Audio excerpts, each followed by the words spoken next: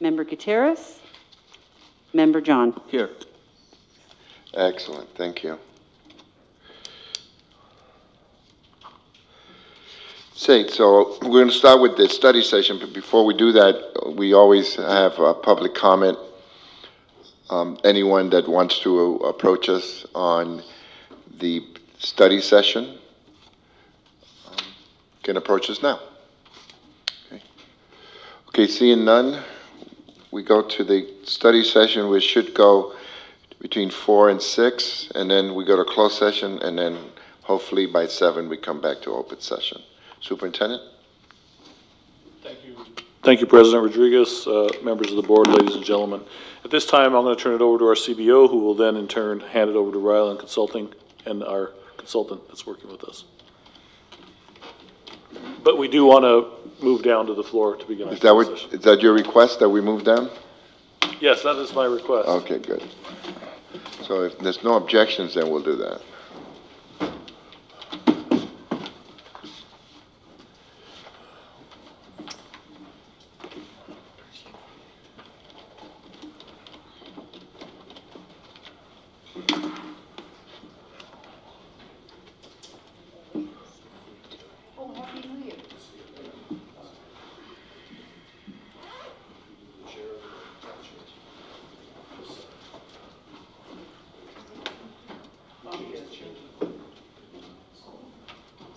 Oh, it's okay.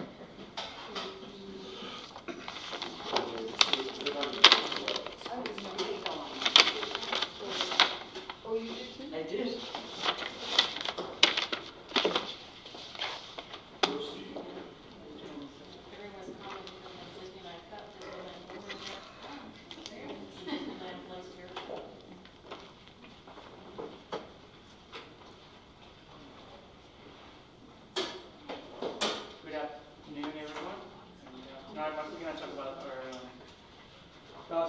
Budget, and this is Beverly, as you all know, and well, we all have the board members here. We're missing Ms. Lucia Gutierrez here right now, and so so I don't know if we should wait for her to be present, or we should start. Yeah, let's start. So we have Ms. Beverly. You met Ms. Lisa. Yes.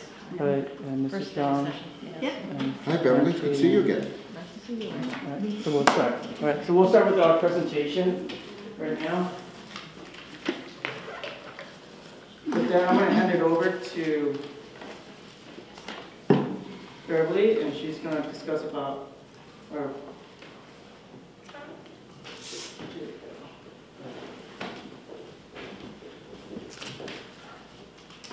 Okay, Kai is going to hand out, we just received from the county the letter of the review of our first interim, which of course is something that the district must do at every interim period, and an adopted budget, and in unaudited actuals.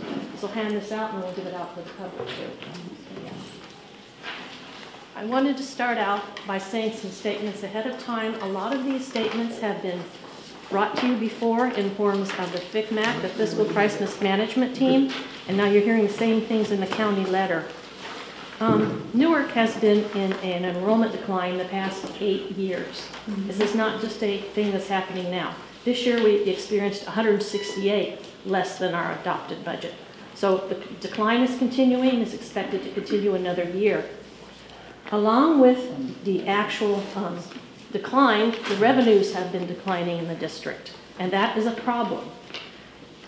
We've been using a lot of one-time funding throughout this time. We used the tax override funds first, that were one-time funds used, because you were doing everything because the enrollment was declining, so you were losing revenue.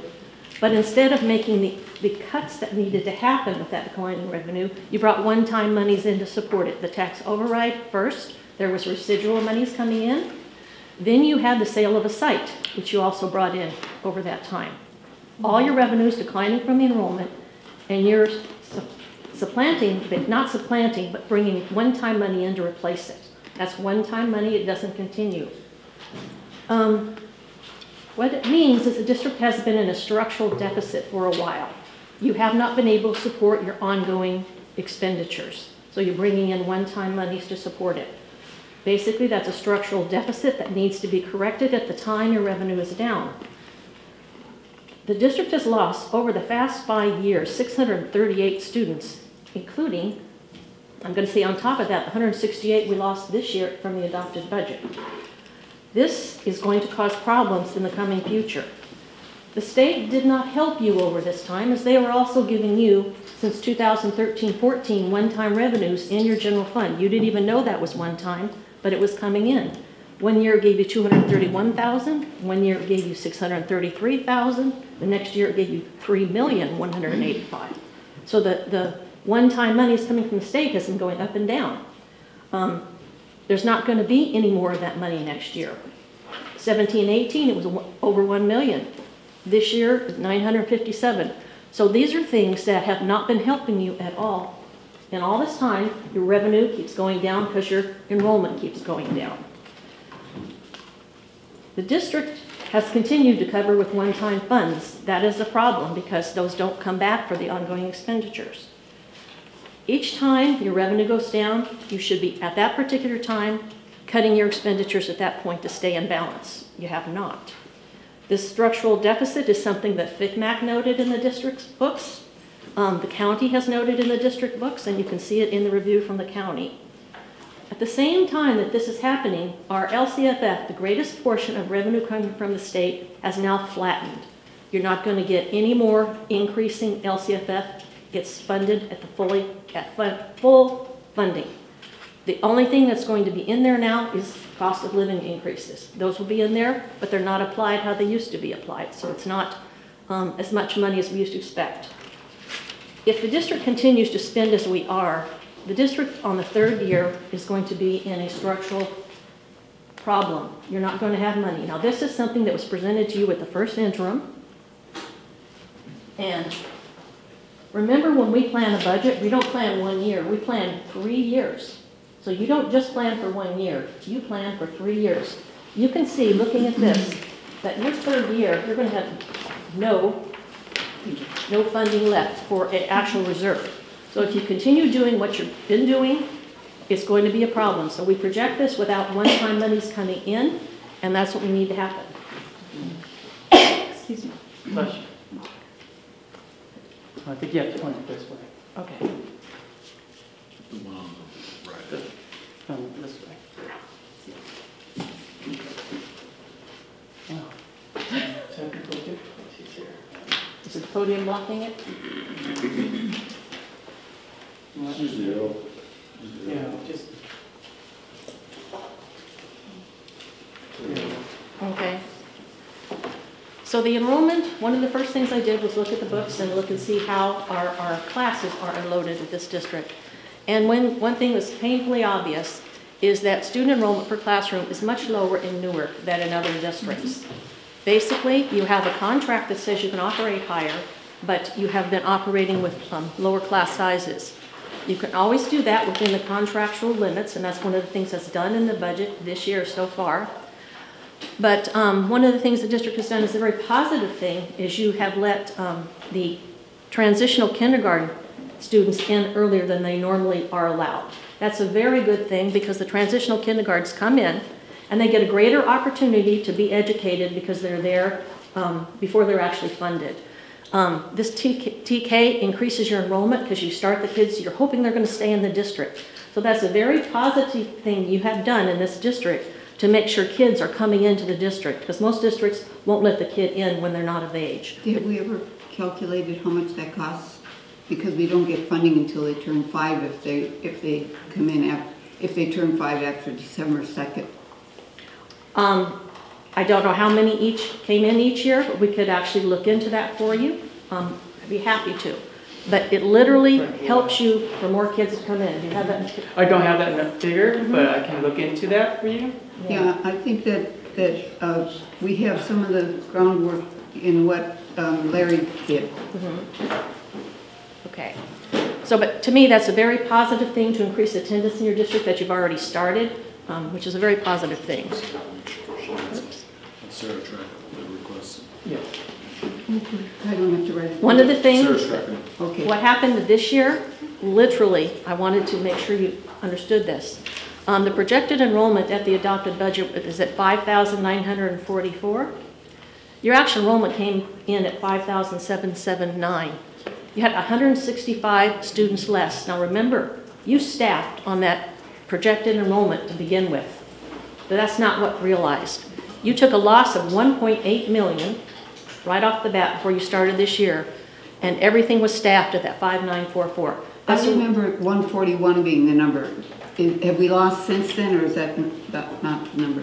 Enrollment, during This is adopted budget and the first interim. During CBIT, right, it was 5,720. But some of the students, again, some of the students that we enrolled, we don't count ADA towards them because they haven't turned 5 yet. And then there were a few students that were out of our, that we provide services, but they get, other school districts get ADA credit because we provide services to them. So we do get revenue from those other schools districts. Okay. Oh, and one thing I was going to bring up at the beginning, thank you for your questions. We got some questions from Nancy today. I'm going to pass those out to you. And we met with her yesterday to ask some of the things she wanted to know. And they were very good questions, and we're working on them. And we're not going to address them at this session, but we'll be happy to get back to you at the next board meeting. I just wanted to share with you the questions she gave us. She went back through the budget, gave us where she thought there were some differences that shouldn't have been there. So we're actually looking into that right now. And we'll present that to you next week.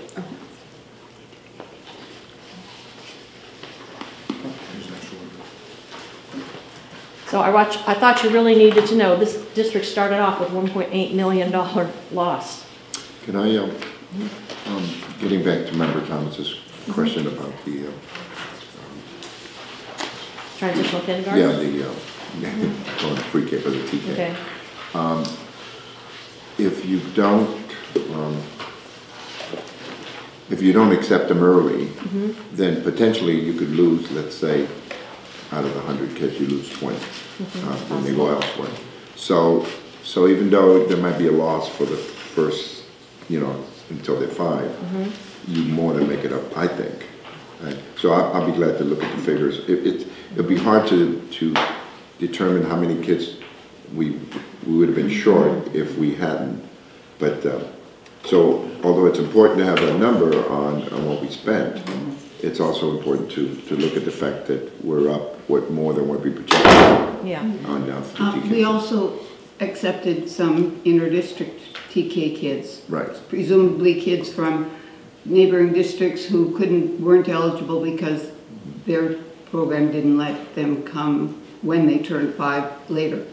So that also has an impact because I'm not sure those kids will stay in Newark if they live in Fremont.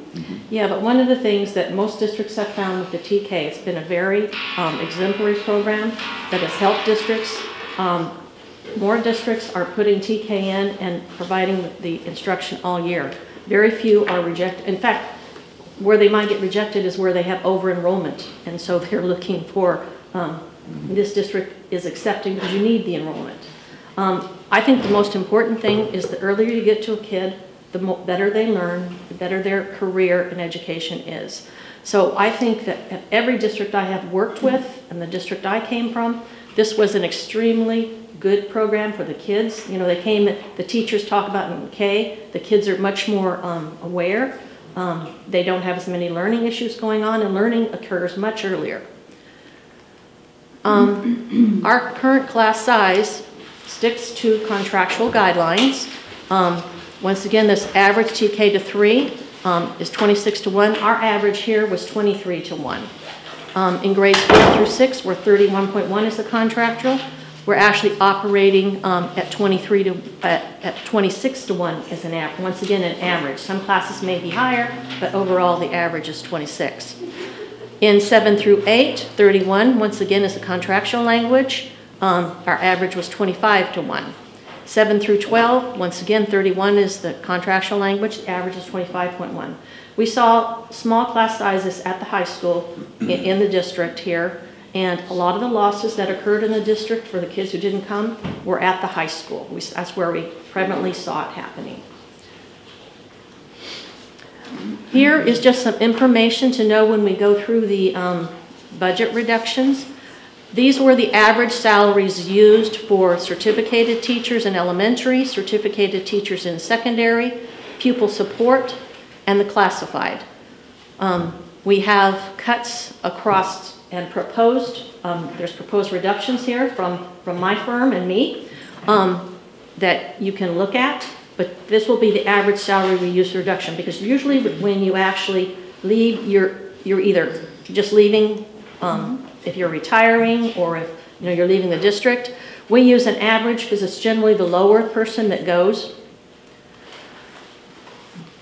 That seems a little high. It's an average. No, Yes. I know it's an average, but, for instance, the benefits.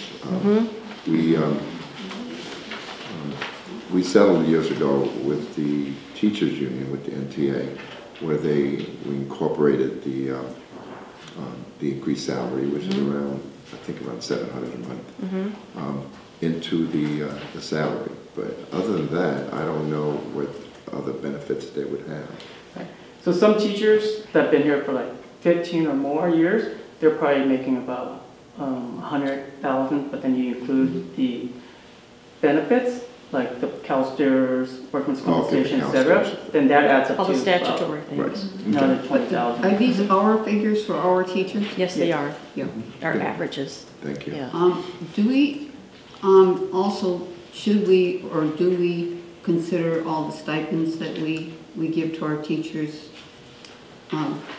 as another category? What percentage of, or what's the amount? Is it captured in benefits or in the salary? The stipends, this is flat, right there, flat. This is without stipends. Right. With us? Right, So there are with- additional. It'd What's be the amount? interesting to know, because I think over the year, I remember really early on, there was a real charge to cut stipends down, and the district did that, but I think over the years, the number of stipends and the amount has crept up. And I think it would be good to see what is the growth of stipends for various programs Yeah. been over the years, and Okay. is that a place we should look? Because with declining enrollment, we shouldn't have increasing stipends. Okay, that's something we can look into. So this was just information for what we use for salaries later on. Our current class sizes, I think, I went backwards, didn't I? Okay. One of the things I want to take you through is that you have done some reductions in the past, so this is a little history of them. Office clerks were reduced at the high school in 2017. Libraries were reduced, and at this point, they're still understaffed. The library reduction was not filled in 2017. A lot of things were positions you had in the past, but they just didn't get filled. English language reduction and not filled in 2017. Custodians, a reduction in 2017. Currently, we feel we're properly staffed at sites, but that's something we need to continue to look at. Probably one of the most significant things I see that differs from a lot of districts is that you guys don't have plumbers, you guys don't have HVAC people or electrical, and a supervisor is not there. Those are things that happen daily in classrooms, and probably why your 5,000s are high, because you're having to call people in to repair, because there are heating and air problems every day in a classroom. And you guys have to call out people to bring them in, outside vendors. So that's normally, in most districts, a part of their staff. You don't have it here in your staff. Bilingual aid, supplemental funds were taken down. A lead child care attendant, which is outside of the district general fund. But office managers, we feel are properly staffed. Paraeducators come in based on what special ed says that the children need. Campus monitors, we actually considered campus monitors at one point, but know that our high schools and our junior highs need to be properly supervised. So it was taken under consideration, but thought that would be something that literally we wouldn't want to reduce, especially where the senior high is. It's near the mall. And we just want to make sure that the kids are safe on campus. Can I ask a question? The librarians, 0.475. I know that librarians are often, their time is increased. Is that correct?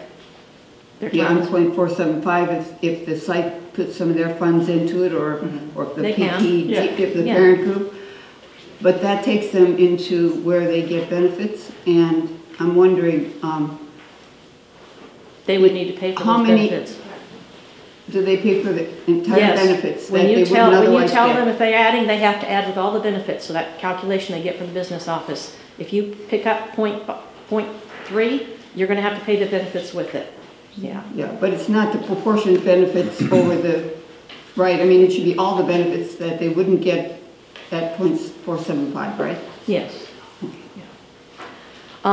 Literally, we're also using the cafeteria fund to help us in this, and literally, Ed Services was reduced in a staff member and it wasn't filled at this point. So some things have gone away and just have never come back. Keep that in mind. You may not think about it, but it was there a few years ago. You have a question? Just, that's what I wanted to double check. So all these positions that were not, that were taken out and not filled in 2017 still have not been filled? Most of them have not. So I had a, I know there's no plumber and there's no HVAC. And these are all classified. so I wanted to comment on the MOT for the classified. A lot of those decisions are made when you go through negotiations, for instance, with the classified union. And the decision, I know that based on past history, they would rather have a plumber that's a member of the union rather than you bringing somebody else in. Yes. But then you have, you're paying somebody, a lot of money and sometimes. Bigger rates, yes. Right, so a decision was made at some point to just be on call, similar to depending on needs for different things. So that's a hard one to kind of put together on you're trying to save money, but like the HVAC, we basically have new HVAC too. Right. And older HVAC. Right. Yes. so your warranty, for instance, might cover some of that where they come in, as opposed to having a HVAC person here all the time. And that's one of the challenges you have when you're a smaller school district is to try to balance that. Right. And it's something I think the district needs to look at. You need to look at your work orders and see how many work orders for HVAC, how many work orders are coming in for the other services that you don't have on board, how many plumbing. I mean, that's something the district can look at, because at some point the district maybe get to a size where it makes sense to put one of those positions back. Right. But I can say most districts operate with those positions in their MOT department. I was gonna ask if we can put it as a note to maybe have an evaluation on those expenditures, because I think it is important that if we are overspending because we are contracting out, then we should probably definitely consider Right, exactly. hiring Yes. it. So if we could have those numbers to compare. Yeah, that certainly would be something the district can do.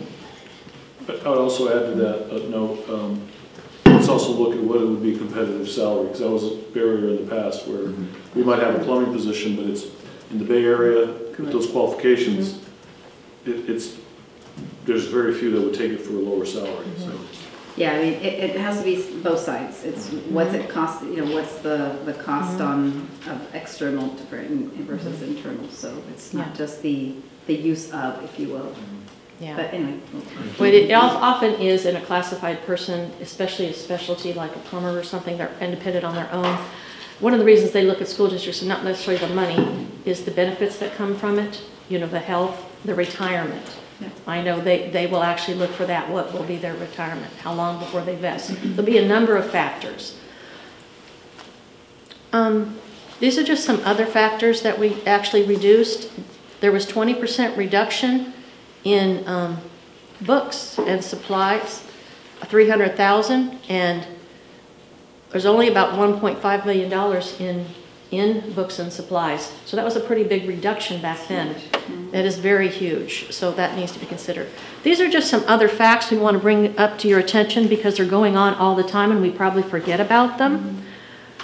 Special education has to increase every year. They have a maintenance of effort that has to continue, and they have to go up every year or have a reason why they didn't. Reduction in the number of kids in the program could be a reason why you didn't increase, but otherwise you have to prove you spent more on the kid than you did before. The increase to PERS and STIRS is going on this whole time, and people forget it because we're absorbing it now, but you just need to be aware that's in there. Legal settlements, those basically come from special education, parents challenging us to put them in a program that the district's saying we have another program. So there's often legal settlements in special education. The outgoing professional services, plumbing, legal, speech, psychological services. In the special ed department, there's not enough speech therapists in the population in the state. So all districts are fighting for them, so they're often going out and contracting for speech therapists. Psychologists, these districts have a hard time finding psychologists. You'll find the position empty, but they'll be contracting out. So that literally is going on at the same time. So once again, that's entering your 5,000s because you're contracting it out because you can't hire it. Out-of-state travel was eliminated a few years ago, so just so you know. And that's not really an ongoing expenditure that helps us, but it was eliminated here. These are identified savings coming from the Ryland Consulting. So what we have looked at is we have already went in and started the budget for next year. We've actually come up with a beginning balance where we think we'll be, where we'll have some savings. One of the things you're going to see is the $600,000 coming from the year before. That was inside the LCAP. The board approved about $900,000 inside the LCAP for class size reduction. We have only used about $300,000 of it right now, so we see $600,000 coming forward. And we told you you probably needed to cut 2.2. Well, it's good. There's 600 coming from last year that will help us, and we've identified 1.6 in reductions, which will basically make up the 2.2 we may need. Can we carry over, I assume that's supplemental and or concentration for CSR? Yes. Last year at the end of the year, we were asked to spend a couple $100,000 because they said we'd lose it if we didn't, because it was in our supplemental and concentration. It's in your fund balance, it's in there, so you're allowed to carry it over. And it will be designated in our ending balance as $600,000 for CSR from LCAP. Yes, they don't have to spend every dollar that comes in LCAP, you know. I think the money that we were told we had to spend was money that we were told couldn't be carried over. That's usually in grants and things like that. And yeah, that was my understanding last year, so it would be nice if Ryland can look into that for us, because that was my understanding, I was told. Okay, be happy to.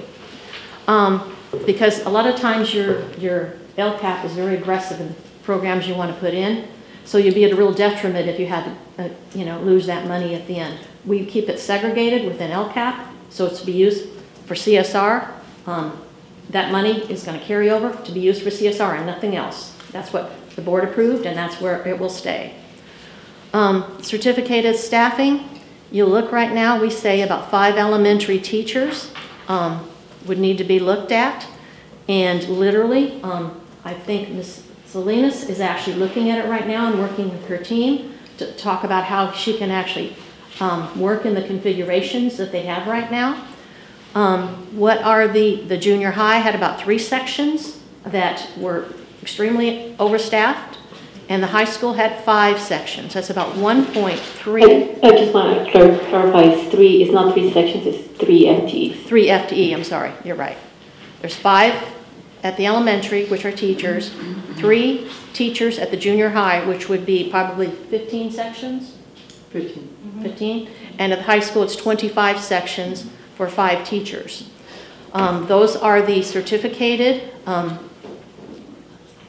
amount of the reductions proposed. Yeah. Well, going back to CSR, the 800 or whatever it was that we had, but we 900, but we actually authorized going from 24 to 26. And I think that 900, wasn't it based on 24? What's your previous one? I'm not sure. You know? I mean, could we not put it in there if we go up from 24 to 26? I believe the board approved, the board approved to increase the class size for TK through 3 from 24 to 26. Right, but that would take the class sizes up. But the amount we took out of LCAP for CSR was based on K3 class sizes of 24, not 26. So, I mean, there's money in there that we can spend on something, but we may have to say, it doesn't equal what that 900,000 from before. Or maybe it does, but we need Remember that we're saying we only used 300,000 of it. We're bringing forward 600,000 so you can use against your reductions or next for year. anything. It doesn't have to be for reductions, though, right? No, it needs to be for reductions in class size. Why Which is- can't we redo the LCAP to have it be for, This is the previous year's LCAP. You have the LCAP you're doing this year, which you might be able to change it. But in this one, this was from LCAP the year from the before. last year? Okay. It's I from get it. last year's LCAP where you already approved it. Okay, and getting the section, you said we had 5 sections in the high school? 5 teachers, 5 teachers? 25 sections. 25 sections, but is the 5 teachers all teaching, I mean, are they all in their certificated area where they can teach? You know what I'm saying? Right now they are, yeah, but that's No. something HR would deal with, yeah, in the high school. Right, but I'm not sure your This question. is just a full-time equivalence. I don't think we've gotten to where you're headed, which is. Just the what's sections. the overall, yeah. if you have 5 sections, that equals 1 FTE, but you may have a French teacher that's teaching only 3 sections. You know what I'm saying? It doesn't. It's the detail. That's in the master That's plan. the complexity. That's the This is complexity, just but the that's, numbers. oh, I know, It but I mean, Yeah, we don't want to sit here and go I through the don't know why master we plan, can- but we can look at it. yeah, at the high school, I would be very leery of saying we can save 25 sections, therefore we can save 5 teachers. It's not 5 teachers. Well, it's not saving, it would be reducing. I mean, we can't reduce 5. We can. We can. I've been working with the master schedule in the high school, and it would be based on making reductions in areas where class loads are low, and where those add up to 25 in a certain content area or in a certain certification area. Oh, okay, I see. we So are- and I'm you're working with the looking team, at, right, we actually looked at this today, and been looking at it for the last 6 weeks. And I'm working with the high school right now to try to figure out, based on graduation requirements, incoming course option sheets, where's the interest, but also where have we been low historically. And we had identified those areas that were under enrolled, if you will, at the beginning of the year. And it's right around 30 sections that I've identified that we're working through, but that's, so yes, we have been looking at that. I had a question Just on so the you, elementary, just please. one point before you ask the question.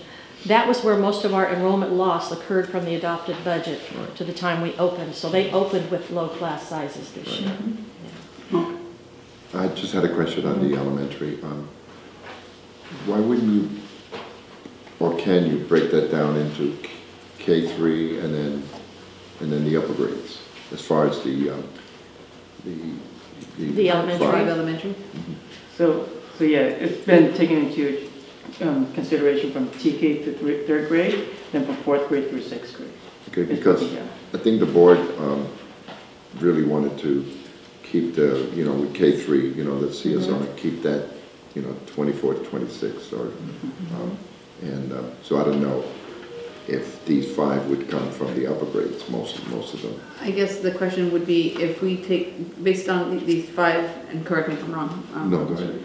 But the 5 elementary teachers, if we taking those out as our class size, still going to stay the same, specifically for TK through. Within the class size limit. I would actually Within the ask, contract. let me let Letty answer part of that, because there's 2 factors that come into play with this type of reduction. One is how many combo classes is it going to trigger? And the other one is how does the balance look based on actuals? So Letty did run this principals through a scenario today. So we met with principals this morning and looked at what would it look like to lose 1 teacher and so forth, or to stay flat. And so looking at that, this year we had 5 combination classes.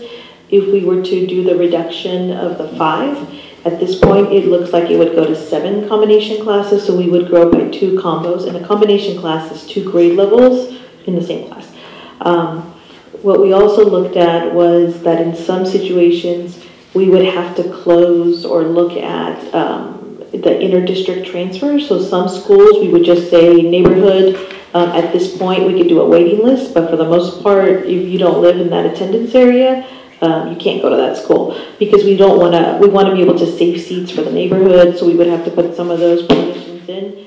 And then overflow. So something we don't want to do is to overflow students. So in some schools, if we were to cut the 5, we would have some possible overages or overflow of students that would have to be sent to another school. I think we looked at 3 schools where that might happen, but that was looking at kindergarten. And so that's the unknown factor. So we used what we did is we looked at the current status of students who are with us right now, and we transferred them over to the next year. And we used the business services demographic report to predict incoming kindergartners and TK students. And so based on that, that's basically where we're at. What we also looked at is that this is going to be the first year. We're very excited that we are going to do online registration. And so that's going to be a big new thing for us. So for the elementaries, so we're rolling that out in about 2.5 weeks. And we will have a better picture as to what our kindergarten registration is going to look like once we see those apps coming in. And so it is a moving target. We do, with the reduction of 5 positions, we do see that there would possibly be a possibility of needing some second grade room because we don't have enough seats across the district, and possibly some kindergarten. But that would be based on kids' applications, and they're here with us. So that's fresh off the press. We met with all the principals this morning. The other understanding to answer Member Rodriguez's question is, our goal has been with Ed Services to, if we're going to have larger class size, it should be at secondary and not at elementary. And we still have been trying to adhere to that because we knew that direction came from the board last year. What is the reason that the teacher at elementary actually costs more than a teacher in high school? Oh, they tend to stay longer with the district versus the high school. Like math teachers, sometimes Longer tenure. Yeah. Okay. Let me go through the last section, which are in classified staffing. One office clerk at one of the sites, and using our Fund 13 to pay for some custodial services is about $260. And I need to say that this is probably not an ongoing reduction that can be there, maybe 1 to 2 years, but at this point it helps us do some of our reductions that was agreed to early on. The custodial does occur at the cafeteria, and literally our custodial do it, so they just pick up the costs and relieve the general fund. So that's in there. So for our chief business officer, I think the Fund 13, even because every year the custodian actually do work in the cafeteria during the lunchtime. Right. Shouldn't we just move them permanently, like 20 or 25%? So this should be ongoing going forward, right? Not just for 1 or 2 years. Yes. Depending on their budget, if they're going to be deficit spending, then we have to. Oh, I You see. have to review it. It depends on the health of the lunch program itself. Exactly. I see. Yeah. But we're looking at using Fund 13 to pay for some custodial costs. And we're working with the cafeteria fund manager because this is something she is concerned about. And she has a right. She is fine to build up her fund balance enough, but it needs to continually happen. You know, it depends on kids eating in the cafeteria. Yeah. Generally, where does this sit in other districts? Is it in general or is it out of, because it seems like, to me, could be temporary, that, you know. It depends on her fund status. Yeah. I think some districts do it, but in a crunch, but it's not planned as an ongoing thing because you really want the cafeteria fund to support what's in their fund. And, you know, generally they don't need a full-time custodian in that fund. Yeah. Isn't it kind of like an indirect cost? Shouldn't it be a portion of whatever the state or the federal government gives us? It's not an indirect cost, it's a direct cost. Custodians are direct cost to the program. An indirect cost is the cost of like administrators, like the superintendent, us. A direct cost is a custodian working in the fund. So Yeah. do other districts charge custodians to the food service program? Because I do know districts that have, yes. Yeah, I'm reading in the newspaper that the food service program is losing money, and if they're not, yeah, so. Like most school districts, like, I don't want to say most, but school districts that are in our financial situation, yes, they would have to use Fund 13 on a temporary basis, I've seen. Yeah, and our district did it for a short period of time at one time, but especially during the crisis. During the crisis, you saw it a lot more on the 5 years. So those are the reductions that now total up to, that we're recommending at 2.2, which is the point we had recommended. One of the impacts of these is that you're going to see possible combination classes at the elementary, which she spoke to you about. Fewer sections at the junior high and the high school. One of the reasons there is a lot of small class sizes occurred this year. So it's, I think you spoke to the high school today too, and they said they think they can make the 25. Reduction of 25 sections. Yeah. I think that working with the superintendent there, it may have helped. Right now, we're going to continue looking at revenue enhancements. The more we look at revenue enhancements, our goal is to keep our revenue up. The City of Newark water fee, it would help us. Increasing your daily attendance is something this district needs to go after. We just need to get the kids that are here, that they attend 180 days. That's the perfect, how many days a kid has to attend for us to earn 180A. So we just need to do things there, and they can be done at the site. They can call the kids to make sure they come in. Anything the district can do to help kids be in their seat. And it isn't just to get the money, it's kids need to be in their seat to learn. So there's a double benefit here. We get increased money for the kid being in their seat, and at the same time, the child learns. The child can only learn when they're sitting in their seat. Solar is something the district is going to consider, which will help tremendously. I think they've already, I don't know if you've recruited We are bidder. going to have a presentation in March regarding solar. Okay. Water irrigation, they're still looking at what they might do about water irrigation. Particularly when we have a rainy season like this, you need to work with your irrigation. Make sure you're turning it off and, you know, sensitive to that it can stop. Use of facilities, that's still something they've got to work with the different agencies to see if they can increase their fees. The city uses them, a lot of sports organizations use them, so you can work with them about coming up with a new fee. So all of these, we're not putting in the budget, but there's potential for increased revenue with these particular things. So I think it's really positive the district's looking at things like this. Our areas of concern, one of the biggest and frightening for the district is our unduplicated pupil count, which funds our concentration funds. We are critically close to the threshold. The threshold is 55.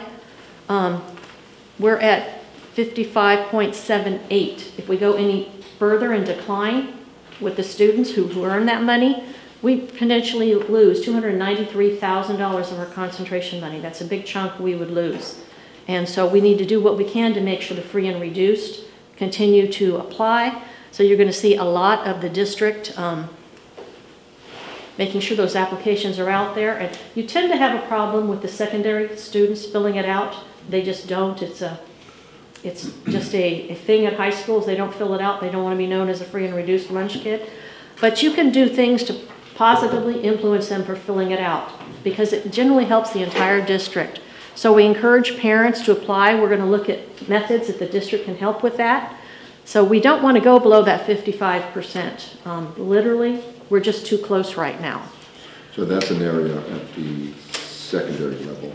Yeah. That, because we've really, at both the junior high and high school, they have, you know, programs to make it generic, so that the kids, you know, They never know that they're free and reduced. But that's always an area of that we need to communicate more, especially to the second language parents. That you know, yes, it's meant to be positive, not a negative. Yeah, because you're not allowed ever to identify the student who's under there. Yeah. So we got to make sure none of that's Yeah. happening. Yeah, I'm kind of wondering if we're going to, this huge drop we had this year seems to have been caused in great part by the cost of living and families moving out of the area because they just can't afford to live here. At least that's what I read in newspaper articles and stuff.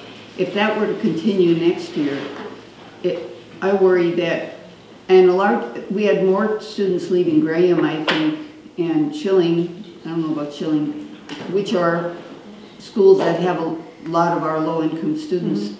So I worry if we lose another batch of students because their families are moving out of the area, that they will definitely impact that unduplicated pupil count. And I bet we could even look at this year's number of students that didn't return and find out what the percentages of the ones that left versus coming in that were low income. or would add to the unduplicated count. It means, I think, that the average family in Newark, especially with all the new homes coming in that are very expensive, the median income is probably going to continue to rise, and so we just probably have to plan for losing that concentration. It is very possible. It's the economy in the Bay Area. It's high cost. And, you know, in the district I lived in, we were not ever getting concentration funds, but you want the kids in the district that need to be there, you know, and you need to welcome all of them. Right now, one of the things that's happening, it is happening in most of the Bay Area because they're all high cost.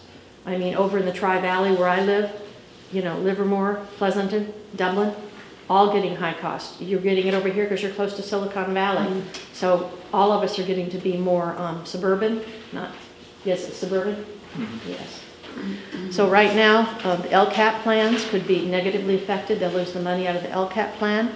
So we just need to encourage parents to apply for free and reduced. It's just putting it online, making sure they fill it out. Superintendent, I'm sorry, Sanchez, who owns dissecting this? Because, I mean, we do have a lot of those cost pressures, but, I mean, if you look at, you know, generally speaking, our community, you know, how much of it is purely because we are not touching enough of our families to encourage them to do this versus, yes, I can see where, you know, we have this exodus that's affecting us, but I have to believe that there's just a lot of untapped, you know, families. So absolutely. It's really both. There's two factors that are affecting this negatively. One is partially why we're really focusing on improving registration. And there's a lot of rules around how you collect these forms, and there's a certain way that you collect them during the registration process, and encourage parents and invite them to apply, but you can't force it. Correct. So that's one piece. I think the other piece of it, and that could be better. And I think that's what we're working on, to try to launch an online registration, make it more easy for people to register. That should help improve and stabilize that number. But on the other side, we are seeing the average median income of our students, of our families, is starting to kind of ratchet up a little bit. And many people that leave, in fact, I heard of one specific area today where it's a big housing or apartment complex that have been notified that they'll be moving out because the owner sold the property. So there's going to be some changes. So I think that both are happening at the same time. You have a average higher income person moving in, and we got to do a better job of collecting those forms. So both those factors are ones that the control of the forms is something we can't do better at. Affecting who moves in is kind of out of our control. And most districts are experiencing this because it's the same problem across the Bay Area, you know, getting the enrollment up in these particular areas. Can we, Superintendent, do something maybe, I don't know if this would help, I don't want to say market it because I don't think it's the correct word, but explain it within the whole registration process.